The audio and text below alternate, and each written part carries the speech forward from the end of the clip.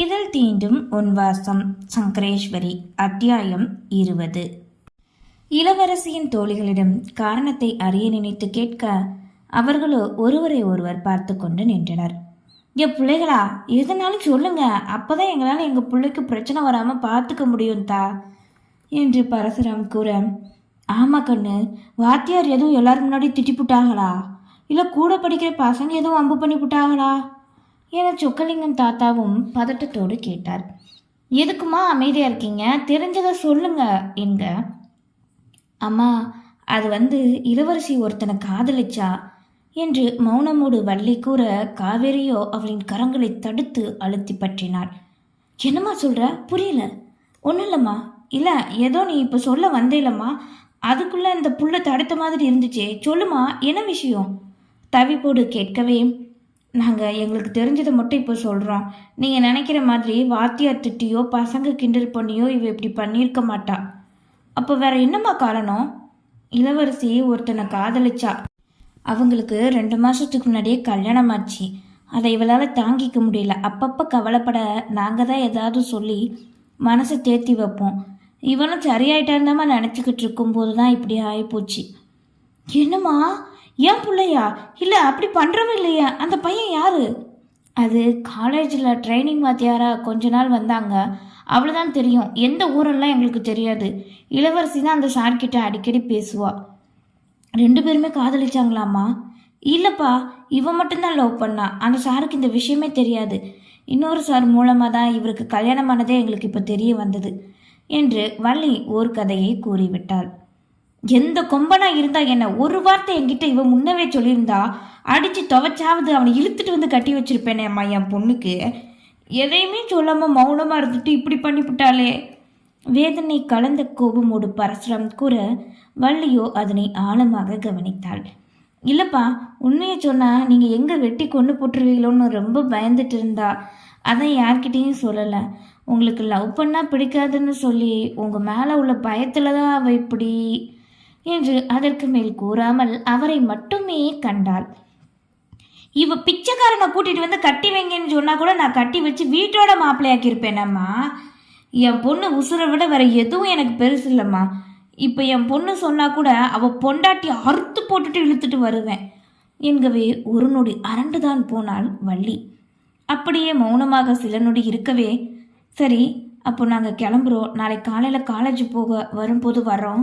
இளவரசிக்கு ஒன்றும் ஆகாது, கண் விழிச்சிருவா, நம்மளெல்லாம் அவள் விட்டுட்டு போக மாட்டா என்று ஆறுதல் வார்த்தைகள் எல்லாம் கூறி ஒரு வழியாக அங்கிருந்து கிளம்பினர். வெளியே வந்ததும் காவேரியோ மூச்சினை விட்டு, என்னடி புசுக்குன்னு அவங்ககிட்ட இப்படி சொல்லிட்டு ஒரு கதையை கேட்க, வேற என்ன சொல்ற, நம்ம போய் சொன்னால் நம்ப மாட்டாங்க, அதான் பொய்யையும் உண்மையும் சேர்த்து சொன்னேன். அதான் தனஞ்சய அண்ணன் பேரை சொல்லலைல, அப்புறம் என்ன, வா இளவரசி கண் விழிக்கணும்னு வேண்டிக்கலாம் என கூறிய வள்ளி அங்கிருந்து சென்றாள். நான் ஆரம்பத்திலே சொன்னேன், செல்லம் கொடுத்து வளர்க்காதேன்னு, கேட்டீங்களா? இப்போ பாருங்க எங்க கொண்டு வந்து நிறுத்திருக்கான்னு உங்க பொண்ணு. என்னத்த செல்லம் கொடுத்தேன்னு சொல்லு. என் மேல நம்பிக்கையும் பாசமும் வச்சிருந்தா உண்மையை சொல்லியிருப்பாள்ல. பயந்தா மனசு முழுக்க வச்சிருக்கா, அதான் சொல்லாம இருந்திருக்கா. இப்போ கூட இவளுக்கு நீங்க நியாயம் பேசுங்க. பாதகத்தி, எவனுக்கோ சாக துணிஞ்சவன் நம்மளை கொஞ்சமாவது நினைச்சு பார்த்தாளா? பெத்து வளர்த்து விட்ட நம்ம கூட முக்கியம் இல்லாமல் போயிட்டோம் இவளுக்கு, அப்படித்தானே என்று ஆதங்கமும் கவலையும் ஒரு சேர கூறி முந்தானையால் முகத்தை கூறி ஆள ஆரம்பித்தார். பரசுராமுக்கு மகனிடமிருந்து அழைப்பு வரவே, பையன்தான் கூப்பிடுறான் என்றவாறு அதனை எடுத்து வெளியே வந்தவரோ இளவரசிக்கு நடந்ததை சுருக்கமாக கூறி யாருக்கும் தெரியாமல் பார்த்து கொள்ளுமாறு கூறவே கேட்டுக்கொண்டான். அப்பா, நான் உடனே வரேன். அதெல்லாம் ஒன்றும் வேண்டாப்பா, நான் உங்கள் தாத்தாவை அனுப்பி வைக்கேன், உங்கள் கூட இருப்பார். நாங்கள் எங்கேன்னு கேட்டால் திருப்பதி கோவிலுக்கு போயிருக்கோம், வர 4-5 நாள் ஆகும்னு சொல்லிடு யார் கேட்டாலும் என்க. சரிப்பா, அக்கா கண்ணு முழிச்சதும் சொல்லுங்க என்றவனோ கைபேசியை வைத்து விட்டான். பரசுராம் திரும்ப மகளின் அறை நோக்கி வர அதற்குள் செவிலிப்பெண் வேகமாய் வெளியே வந்தார். உங்கள் பொண்ணு கண்ணு திறக்க முயற்சி பண்ணுறா, ஏதாவது பேச்சு கொடுங்க, நான் டாக்டரை வர கூப்பிட்டு வரேன் என கூறி வேகமாய் செல்ல மகளின் அறைக்குள் நுழைந்தனர். மூவரும் சேர்ந்து இளவரசியிடம் பேச்சு கொடுக்க, இங்கே பாருமா, ஒன்னுடா தங்கம், நாங்கள் எல்லாரும் கூடவே இருக்கோண்டா என்று அவளின் கரங்களை பற்றி கொண்டு பேசவே மெல்ல மெல்ல வெளி திறந்தாள். வெளி திறந்த நொடியே தன் குடும்பத்தாரை பற்றி நினைத்தவளுக்கு கண்ணீர் ஊற்றெடுத்து வடிய துடைத்து விட்டனர் பெற்றவர்கள். அவர்களிடம் மன்னிப்பு கேட்க நினைக்க மருந்தின் வீரியமும் தொண்டையின் வலி பேச முடியவில்லை. அதற்குள் மருத்துவர் வந்துவிட மற்றவர்கள் வழிவிட்டனர். வெளியே சொல்லுமாறு கூறி இளவரசியை பரிசோதிக்க ஆரம்பிக்க மருத்துவர் வந்து கூறும் பதிலுக்கு காத்திருந்தனர். சில நிமிடம் கழித்து வெளியே வந்த மருத்துவரும் நல்லதாகவே கூறினார். இப்போ உங்க மகளோட உயிருக்கு எந்த ஆபத்தும் இல்லை, ரொம்ப நல்லா இருக்காங்க. முதல்ல கொஞ்ச நாள் பேச கஷ்டமா இருக்கும், அப்புறம் போக போக சரியாயிரும். கழுத்துல பட்ட காயத்துக்கு மருந்து தரேன், நல்லா ரெஸ்ட் எடுக்கட்டும், தூங்க விடுங்க. சரிங்க டாக்டர், என் பிள்ளைய காப்பாற்றி கொடுத்ததுக்கு ரொம்ப நன்றி டாக்டர் என்றதும் மருத்துவர் விலக மகளை சென்று பார்த்தனர். இப்போது மயக்கம் தெளிந்து நித்திரையில் இருக்க சற்று நிம்மதியாக உணர்ந்தனர். அப்பா, பையன் தனியாக வீட்டில் கிடக்கா, நீங்கள் போங்க, நானும் இவளும் கூட இருந்து பார்த்துக்கிறோம் என்க பேத்திக்கு ஒன்றுமில்லை என்பதை அறிந்தவரும் சரி என்றார். பின் அவரிடம் மற்றவர்கள் கேட்டால் என்ன கூற வேண்டுமென கூறி வீட்டுக்கு அனுப்பி வைத்தனர். மணியோ இரவு 9 நெருங்க வேலையை முடித்த கார்முகிலனுக்கு இளவரசியை காண வேண்டுமென ஏக்கமும் தவிப்பும். இந்த இரவில் தான் சென்று பார்த்தால் எதுவும் நினைத்து கொள்வார்களா என்ற எண்ணத்திலே யோசனையோடு இருந்தான். டேய் மச்சான், நான் என் பைக்கிலே வீட்டுக்கு போவான், வா 2 பேரும் என்று தனஞ்சயன் வந்து அழைக்க பதில் கூறாது யோசித்தான். டேய் உன்னைத்தாண்டா. சொல்லு, என்னடா, என்ன சொன்ன? வீட்டுக்கு போகலாம் வா, இன்னைக்கு முழுக்க கன உலகத்திலே கிடக்காத, இது சரியில்லை என்கான். காலையில் எழுந்ததுமே இங்கு வந்து பார்த்து கொள்ளலாம் என நினைத்தவனும் சரி என கூறி நண்பனோடு கிளம்பினான். நேரம் சென்று மனமே இல்லாமல் வீட்டுக்கு வந்து சேர்ந்தவனுக்கு உண்ணக்கூட முடியவில்லை. மொட்டை மாடியில் இளவரசியின் நினைவோடு நித்திரையை கூட தொலைத்தான். அவள் நன்றாக திரும்ப வர வேண்டுமென துடித்து கொண்டே இருந்தது அவன் இதயம். ஆதவன் விழி திறந்த காலை பொழுதில் பறவைகள் அனைத்தும் தன் இரையை தேடி சென்று கொண்டிருந்தது.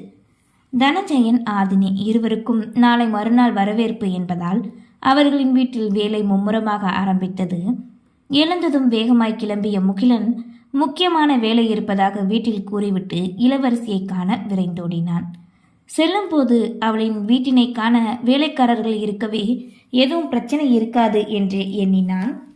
8 மணி போன்றே மருத்துவமனைக்கு வந்து சேர உள்ளே நுழைய சிறு தடுமாற்றம். இதற்கு மேல் முடியாது, காக்க முடியாதென நினைத்தவனோ உள்ளே சென்றான்.